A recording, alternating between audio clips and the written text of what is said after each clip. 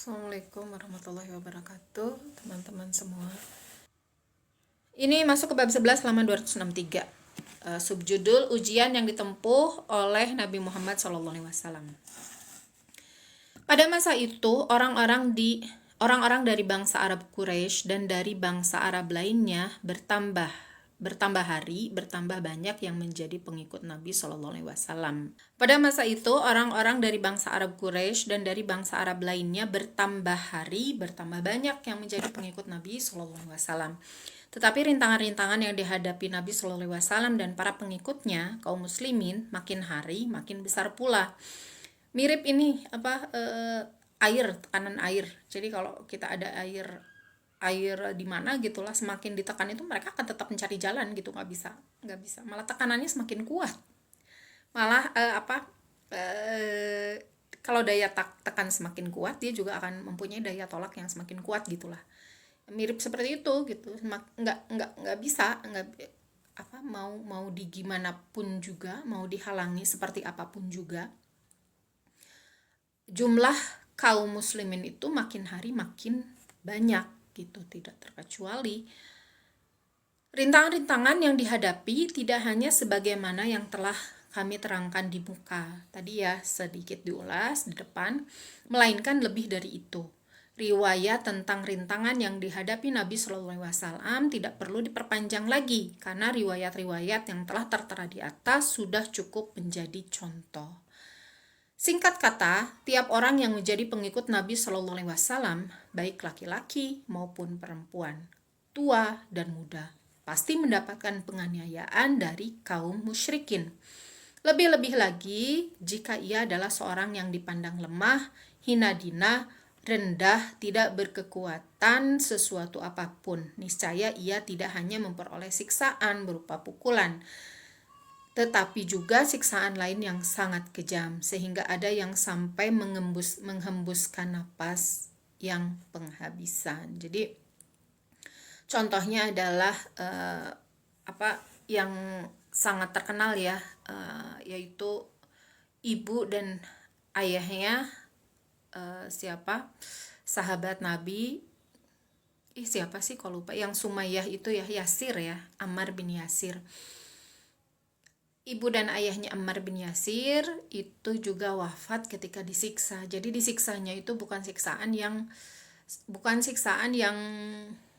yang cuman ditampar, dipukul, dipecut. Itu udah dipecut aja, ditampar, dipukul, dipecut aja itu udah siksaan yang luar biasa ya. Tapi ini sampai membuat nyawa mereka itu meninggal, nyawa mereka itu lepas dari jasad mereka gitu, mereka menjadi syuhada. Bahkan Sumayyah itu menjadi perempuan pertama yang syahid, yang menjadi syahidah ya.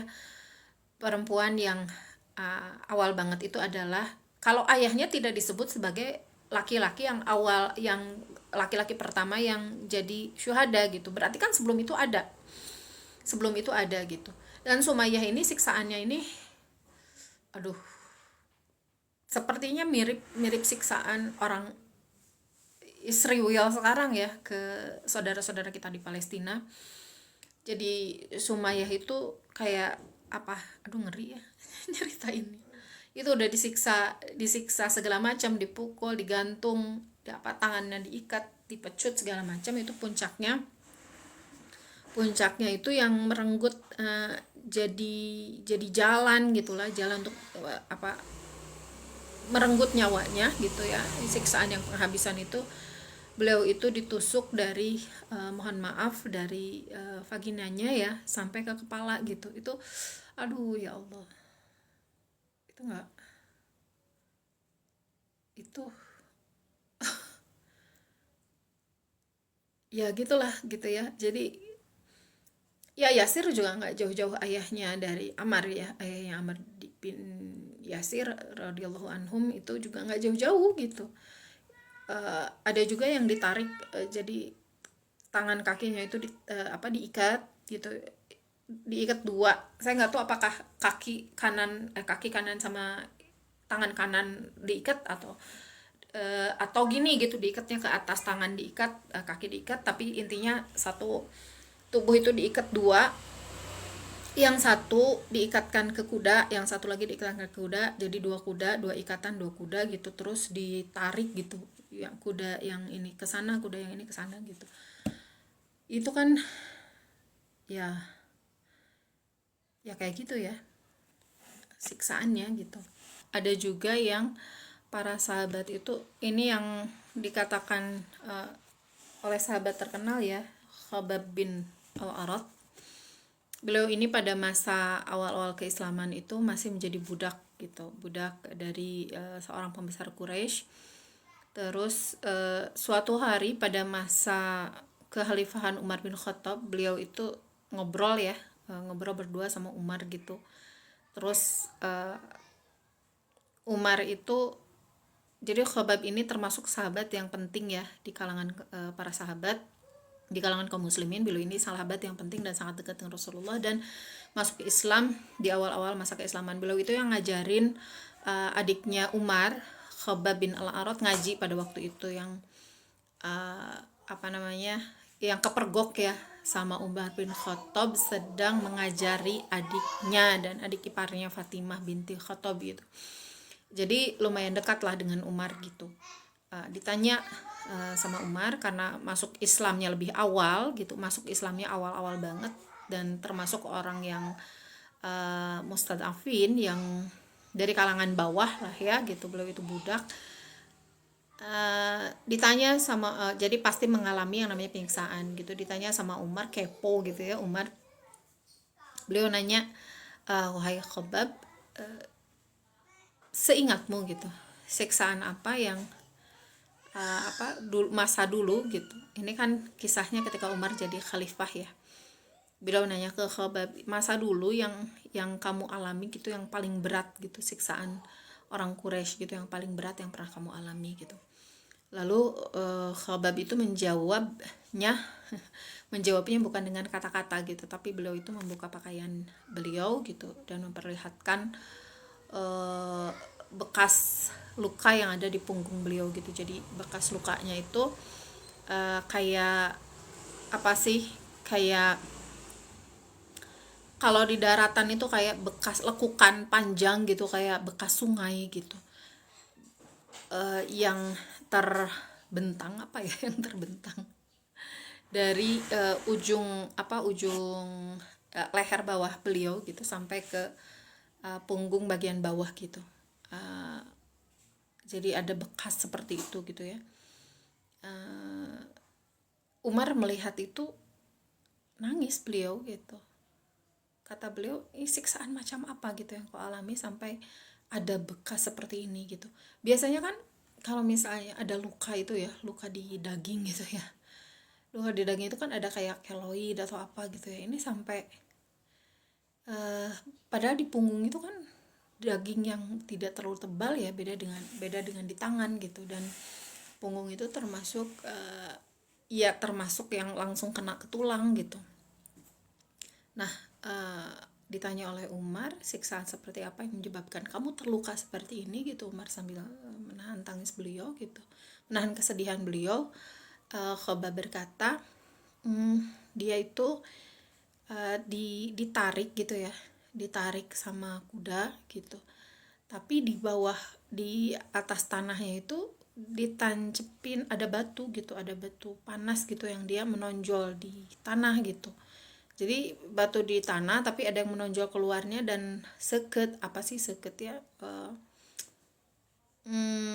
tajam gitu. Jadi kan pas ditarik itu si dagingnya itu sampai kecongkel, dan kecongkelnya itu bukan dikit tapi manjang gitu, manjang dari punggungnya, punggung bagian atas memanjang sampai punggung bagian bawah gitu. Dan yang menurut Khabbab bin Al-Arat itu adalah siksaan yang paling pedih yang pernah dia rasakan gitu. Jadi sakitnya itu masih terasa banget gitu ya, kebayang lah ya. Padahal Khabbab itu pernah menerima juga siksaan yang apa, yang bukan hanya itu gitu, siksaan yang lain, tapi yang paling pedih itu adalah, yang paling sakit itu adalah siksaan yang itu gitu. Sedangkan pribadi Nabi Shallallahu Alaihi Wasallam sendiri, selain hati beliau selalu disakiti dan diri beliau pernah diperlakukan sewenang-wenang dan dimusuhi dengan cara-cara yang biadab oleh kepala-kepala kaum Quraisy, beliau juga dimusuhi dengan cara-cara yang sangat halus. Mereka mengetahui bahwa merintangi beliau dengan perbuatan-perbuatan kasar itu tidak mendapatkan hasil sama sekali, sehingga mereka menggunakan rintangan yang sangat halus. Jika Muhammad Sallallahu Alaihi Wasallam bukanlah seorang nabi dan rasul yang diutus oleh Allah, yang hatinya benar-benar terpelihara, niscaya akan terpengaruh dan terperdayalah dia oleh bujukan dan perbuatan mereka, sebagaimana dijelaskan dalam firman Allah yang berbunyi,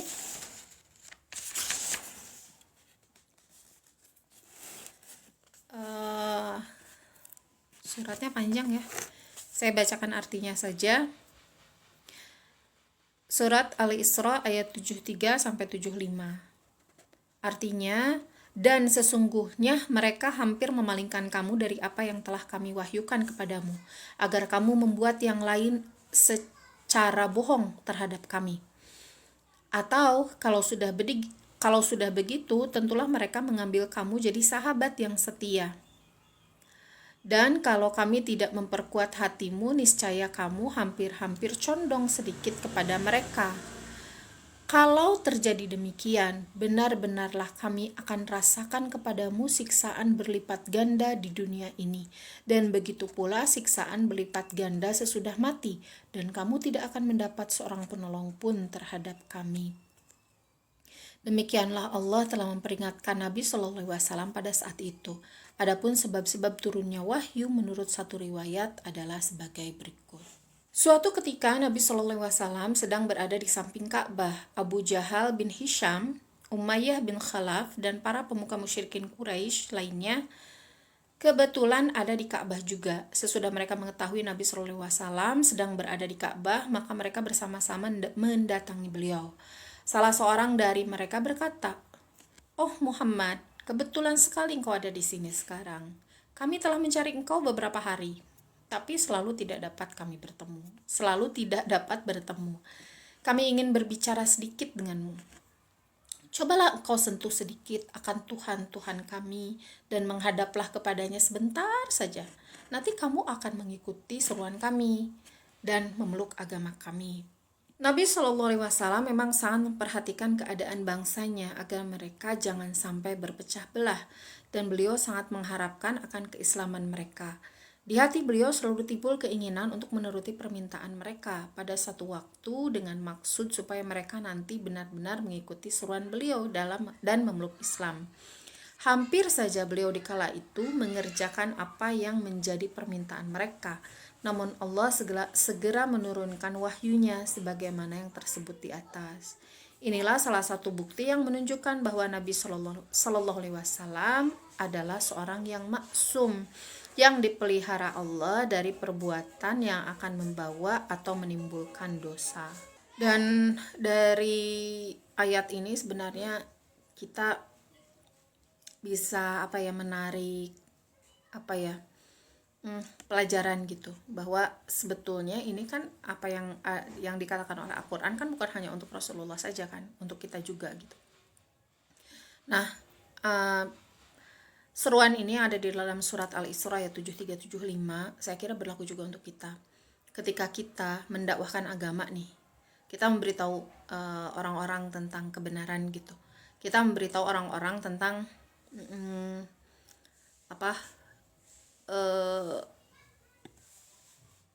tentang agama lah yang kita tahu sedikit-sedikit gitu ya. Terus ada orang membantah kita atau merayu kita, ya kalau misalnya kita terayu gitu, ya alasannya tadi ya biar ngikutin dulu deh kita sebentar ke sana gitu. Ntar kan mereka yang ngikut ke kita tuh gitu, daripada susah-susah mereka nggak nurut-nurut wae gitu, ya udahlah kita ngikutin dulu gitu. Nah ini oleh Allah dikasih peringatan nih untuk orang-orang kayak gini. Nauzubillah, ya mudah-mudahan kita tidak termasuk. Jangankan kita gitu, bahkan Rasulullah sendiri pun gitu, karena beliau memang nggak suka perpecahan. Beliau inginnya ya udahlah biar masyarakat Quraisy itu bersatu.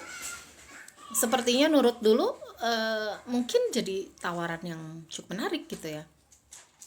Tapi nyatanya Rasulullah SAW juga cepat-cepat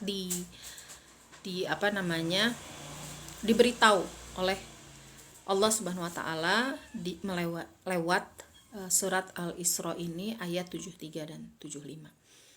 Kita akan nyambung ke judul berikutnya, subjudul berikutnya, yaitu perintah Nabi Muhammad SAW supaya hijrah ke negeri Habasyah. Meskipun Nabi SAW menghadapi bermacam-macam ujian dan rintangan dari kaum musyrikin Quraisy, pendirian beliau tetap teguh dan iman beliau kepada Allah sangat kuat dan tebal. Setelah beliau setiap hari menyaksikan pengikutnya terus-menerus dianiaya dan diperlakukan sewenang-wenang, akhirnya beliau tidak tahan melihat dan menyaksikannya. Beliau ingin memberikan pertolongan kepada mereka, namun beliau tidak sanggup karena beliau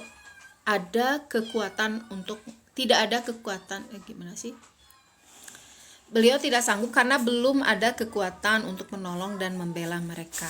Oleh karena itu, setelah mendapatkan perintah dari Allah Subhanahu wa taala, beliau memerintahkan kepada kaum muslimin, baik laki-laki maupun perempuan, supaya hijrah ke luar negeri, di mana tidak ada perbuatan yang sewenang-wenang dan penganiayaan kaum Quraisy. Beliau lebih suka dianiaya oleh kaum musyrikin Quraisy kota Mekah daripada setiap hari melihat penganiayaan yang diderita oleh para pengikut beliau. Hati kita itu akan lebih sakit kalau kita melihat orang yang kita sayang itu disiksa. Kayaknya lebih baik kita deh yang disiksa gitu. Suka ada perasaan seperti itu ya. Atau contohnya ibu lah, ngelihat anaknya sakit itu, kayak apalagi anaknya masih kecil gitu ya, itu suka ada perasaan, Allah jangan dia dong yang sakit, aku aja gitu. Kadang suka ada perasaan seperti itu ya, menawar gitu. Nah, sayangnya Rasulullah itu sama atau bahkan lebih seperti ibu sayang kepada anaknya gitu. Jadi ada perasaan seperti itu Rasulullah. Rasulullah mengatakan, jika kamu pindah ke negeri Habasyah, hal itu adalah lebih baik karena di sana ada seorang raja yang wilayahnya tidak ada seorang pun yang dianiaya. Jadi di wilayah tersebut tidak ada yang dianiaya gitu. Jadi terkenal dengan kebaikannya dan kebijaksanaannya. Sehingga Allah menjadikan suatu masa yang penuh kesenangan dan kepuasan kepada kamu daripada keadaan yang seperti sekarang ini gitu. Jadi terbayang ya bagaimana perasaan Rasulullah itu. Beliau tuh sangat sayang kepada kaumnya. Terus tapi tidak ada kemampuan untuk menolong gitu. Jadi sedihnya bagaimana itu kan terbayang sama kita gitu ya. Makanya beliau meminta para sahabat, ini juga ya sebagai bentuk lah ya untuk menyelamatkan agama, supaya tidak untuk banyak sahabat gitulah yang masih bisa berdakwah gitu, jangan habis gitu. Jadinya diminta untuk berhijrah. Maksud sabda Nabi ialah kalau para pengikutnya pergi ke negeri Habasyah itu adalah lebih baik karena di sana rajanya tidak pernah menganiaya orang dan di sana tempat yang aman bagi para pengikutnya untuk sementara sampai Allah memberikan kelapangan dan kegembiraan dari penderitaan yang dirasakan sekarang ini. Itu ya. Rombongan kaum muslimin berangkat ke negeri Habasyah. Perintah Nabi SAW untuk hijrah ke Habasyah ditujukan kepada para pengikutnya yang bersedia. Setelah perintah hijrah diterima, sebagian dari mereka menjalankan perintah dengan tulus ikhlas. Namun sebagian besar di antara kaum muslimin lebih suka tetap bertempat tinggal di kota Mekah bersama-sama dengan Nabi SAW. Senang atau sengsara bersama-sama dengan Nabi SAW, senang atau sengsara hendak dirasakan dan ditanggung bersama dengan beliau. Kaum muslimin yang hijrah berangkat dari kota Mekah dengan diam-diam. Ini ada catatan kakinya. Negeri Habasyah adalah negeri yang sekarang dikenal dengan nama Abyssinia, terletak di benua Afrika. Gelar Raja Habasyah ialah Najasyi atau Negus. Jadi Najasyi ini bukan nama orang tapi nama gelar. Kayak Fir'aun gitu, itu kan bukan nama asli ya, tapi nama gelar raja. Nama rajanya pada masa itu adalah Ashimah Bahri, atau ada juga yang mengatakan As-Somah gitu. Raja Habasyah dan sebagian besar dari rakyatnya waktu itu masih memeluk agama Nasrani.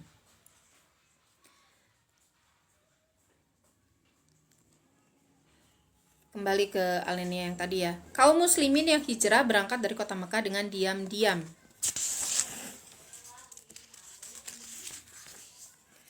Dan sembunyi-sembunyi tanpa diketahui oleh kaum musyrikin. Mereka berangkat seorang demi seorang atau berdua dengan istrinya masing-masing agar perjalanan mereka tidak diketahui oleh kaum musyrikin. Jika perjalanan mereka sampai diketahui, mereka di tengah jalan akan mendapat gangguan dan rintangan dari pihak kaum muslimin, dari pihak kaum musyrikin.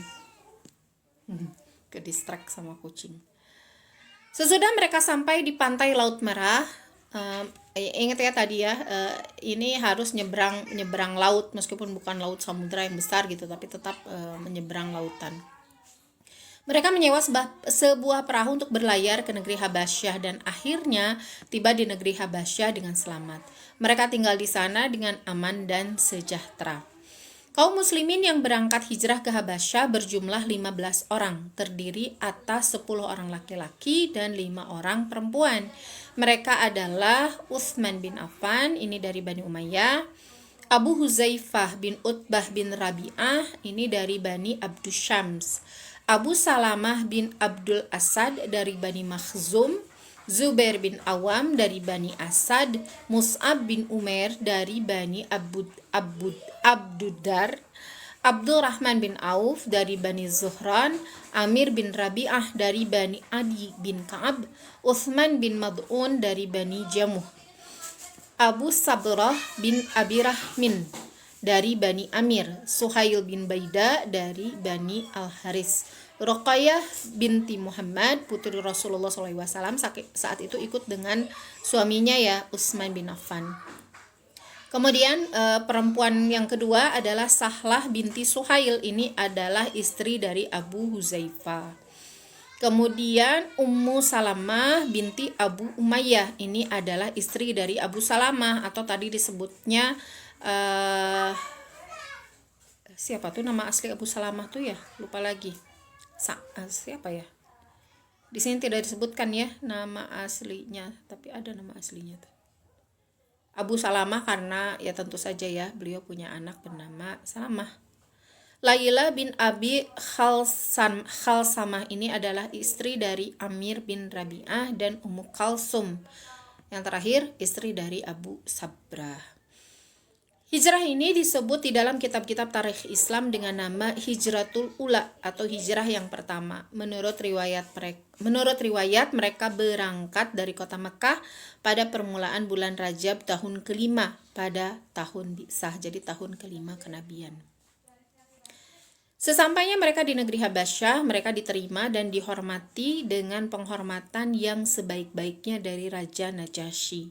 Namun mereka tidak lama tinggal di sana dan kembali ke Makkah lagi. Ada beberapa hal yang menyebabkan mereka kembali. Sebab-sebab kembalinya mereka akan diuraikan nanti. Ya akan dikisahkan pas mereka nanti kembali aja gitu ya.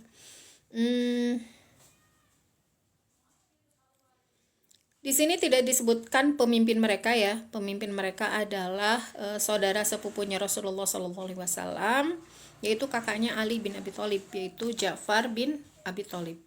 Jadi mereka itu bukan rombongan juga sih. Nanti setelah di sana gitu ya. Ini kan berangkatnya masing-masing ya, karena untuk menghindari pencegahan dari orang-orang Quraisy gitu. Jadi nanti setelah di sana mereka dipimpin oleh Ja'far bin Abi Thalib. Subjudul yang keempat, poin D ya, kekhawatiran kaum Quraisy terhadap Al-Quran. Sesudah kaum Quraisy kaum musyrikin Quraisy mendengar kabar bahwa sebagian dari pengikut-pengikut Nabi Shallallahu Alaihi Wasallam telah pergi ke negeri lain, mereka dengan segera menyuruh seseorang untuk menyelidiki perjalanan kaum muslimin. Udah 15 orang yang pergi, ini kaum musyrikin ini belum ngeh. Mereka baru mengetahui kabar-kabar ada kaum muslimin yang tiba-tiba jadi nggak ada gitu ya. Mereka baru ngeh ada kaum muslimin yang hijrah gitu, baru mendengar kabar ini. Sesudah kaum musyrikin Quraisy mendengar kabar bahwa sebagian dari pengikut-pengikut Nabi Shallallahu Alaihi Wasallam pergi ke negeri lain, mereka dengan segera menyuruh seseorang untuk menyelidiki perjalanan kaum muslimin. Tetapi apa yang terjadi? Ketika orang yang disuruh kaum Quraisy sampai di pantai yang ditujunya, rombongan kaum muslimin telah menaiki sebuah perahu dan berlayar. Jadi alhamdulillahnya keburu maju gitu kapalnya. Jadi sudah tidak bisa disusul, tapi masih terlihat gitu. Oh, ini ada catatan kaki ya tentang orang-orang yang tadi pergi ya, 15 orang itu. Perlu ada catatan kakinya. Perlu kami jelaskan bahwa jumlah orang yang berhijrah ke negeri Habasyah yang pertama kali seperti yang tertera di atas itu, menurut riwayat yang tersebut dalam Sirah Al-Halabiyah dan menurut riwayat yang tersebut dalam Sirah Ibnu Hisham, adalah 14 orang. Jadi menurut Al-Halabiyah dan menurut Sirah Ibnu Hisham itu 14 orang, yakni 10 orang laki-laki dan 4 orang perempuan. Ada pula satu riwayat lain yang menerangkan 17 orang, ialah 12 orang laki-laki, 5 orang perempuan, yakni dengan tambahan Hatib bin Amir bin Abdullah bin Mas'ud. Tetapi riwayat dapat dipertanggungjawabkan kebenarannya ialah riwayat yang menerangkan 15 orang ini. Jadi paling banyak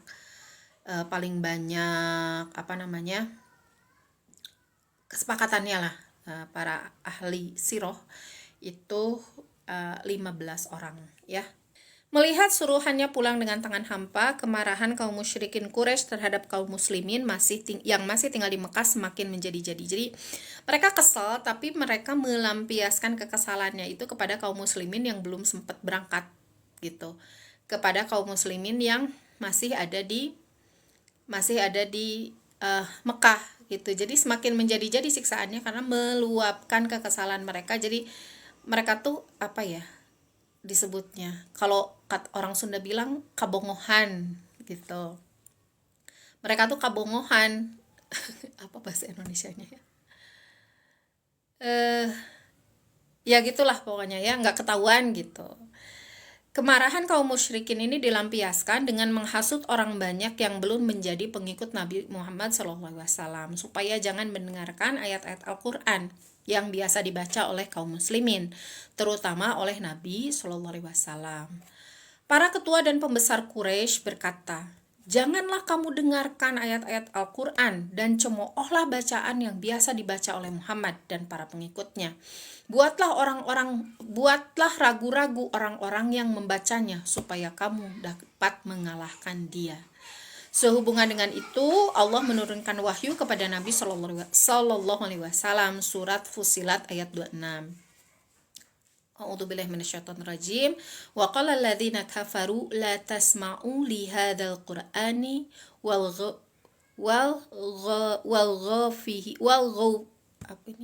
walghaw fihi la'allakum taghlibun. Artinya, dan orang-orang kafir berkata, "Janganlah kamu mendengar dengan sungguh-sungguh akan Al-Quran ini, dan buatlah hiruk pikuk terhadapnya supaya kamu dapat mengalahkan mereka." Gitu. Jadi Allah tahu apa yang mereka perbincangkan tuh. Langsung diabadikan ucapan mereka itu di dalam Al-Quran. Surat Fussilat ayat 26. Mereka menghasut orang banyak dengan cara demikian karena mereka tahu bila orang mendengarkan ayat-ayat Al-Quran yang biasa dibaca oleh kaum muslimin, tertariklah hati orang-orang mendengarnya. Meskipun pada akhirnya di antara orang yang tertarik hatinya ada yang ingkar lagi kepada kenabian Nabi Muhammad dan kerasulannya. Oleh karena itu, dengan terus terang mereka melarang kaumnya mendengar ayat-ayat Al-Quran. Mereka menganjurkan kepada segenap kaumnya supaya mencemooh dan mengejek pelajaran yang terkandung di dalam ayat-ayat Al-Quran, serta tidak mempedulikan atau memperhatikannya. Dengan jalan demikian, mereka berharap dapat mengalahkan dakwah Nabi Shallallahu Alaihi Wasallam. Berkenaan dengan hal itu, Allah menurunkan wahyu masih di surat Al-Fussilat lanjutan yang tadi ya, ayat 27 sampai 28. A'udzubillahi minasyaitonirrajim. Falanudhiqannal ladzina kafaru 'adzaban syadida wa lanajziyannahum aswa alladzi kanu ya'malun. Dzalika jazaa'u a'da'illahin nar lahum fiha darul khuld jazaa'an bima kanu biayatina yajhadun. Artinya, maka sesungguhnya kami akan merasakan siksa yang keras kepada orang-orang yang kafir, dan akan kami beri balasan kepada mereka dengan seburuk-buruk pembalasan bagi apa yang telah mereka kerjakan. Yang demikian itu ialah balasan terhadap musuh-musuh Allah, yaitu neraka, kampung yang kekal bagi mereka, sebagai balasan bagi keingkaran mereka pada ayat-ayat kami. Ya, ini pelajaran bagi saya secara pribadi ya, bahwa orang Quraisy aja ngerti gitu. Orang Quraisy aja ngerti, satu, Al-Quran itu benar. Dua, kalau dibacakan itu akan bisa menarik orang-orang yang hatinya lurus lah, karena tahu benar gitu, karena tahu bacaannya indah dan sebagainya. Jadi orang-orang Quraisy itu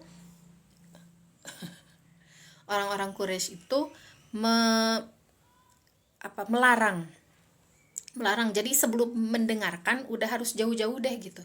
Terus kalau ada kepasukannya lah ya, orang Quraisy itu kepasukannya atau kepasukannya itu mengatakan harus menjauhkan orang-orang dari Al-Quran.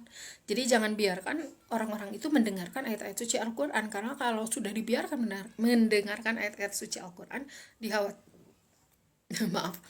dikhawatirkan orang-orang itu akan masuk Islam gitu. Jadi cara menghindarkannya, jauhkan dari Quran supaya mereka tidak masuk Islam.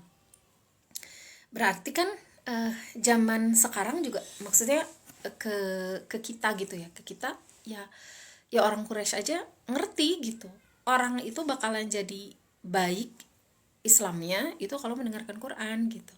Nah berarti kan kita nih ya, tinggal kita bahasa kalah sama orang Quraisy.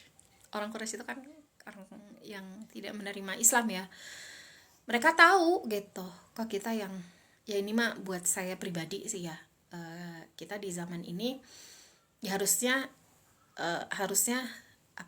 mengambil pelajaran dari ini, dari orang Quraisy ini gitu, bahwa ya sebaliknya dari dia gitu, dia akan menyuruh agar bawahannya itu menjauhkan orang-orang dari membaca Al-Quran gitu, dari mendengarkan bacaan Quran.